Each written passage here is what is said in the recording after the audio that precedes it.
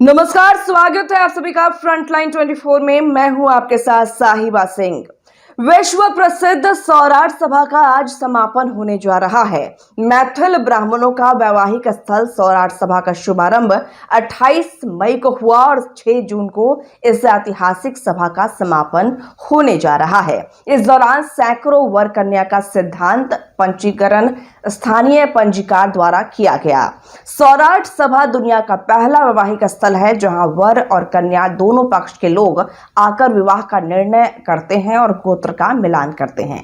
अलग अलग गोत्र रहने पर भी विवाह का निर्णय लिया जाता है।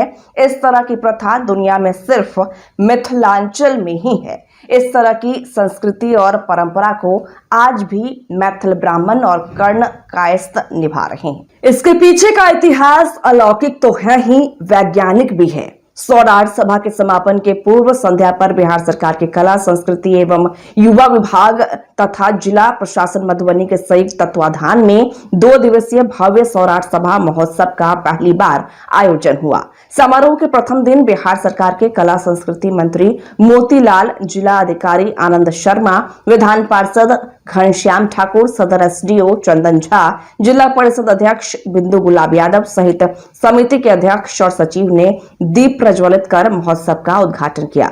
इस मौके पर सैकड़ों गणमान्य लोग, कलाकार, साहित्यकार, पत्रकार और प्रशासन के लोग उपस्थित थे।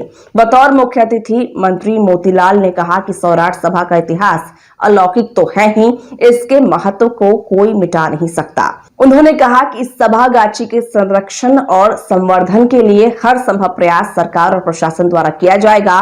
उन्होंने हिंदू विवाह पर विस्तार से चर्चा की। सौराठ सभा में जो विवाह तय होता था उसमें स्थायित्व थी, कभी पति पत्नी में विभेद नहीं होता था। आज यह बदल गया है और बात बात में संबंध विच्छेद हो रहा है। हिंदू धर्म में कहीं तलाक जैसे शब्द का प्रयोग नहीं है। मंत्री ने कहा, सौराठ महोत्सव को संस्कृति कैलेंडर में शामिल करने का प्रयास हो रहा है। इसमें शामिल होते ही यहाँ हर वर्ष यह महोत्सव होता रहेगा। विधान पार्षद घनश्याम ठाकुर ने सौराठ सभा के इतिहास और महत्व पर विस्तार से चर्चा की। पंजी प्रथा और पंजीकार की भूमिका की जानकारी भी लोगों को दी।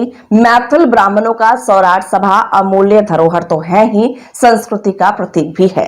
जिला पदाधिकारी आनंद शर्मा ने कहा, सौराठ सभा का शुभारंभ राजा जनक काल से होता रहा है।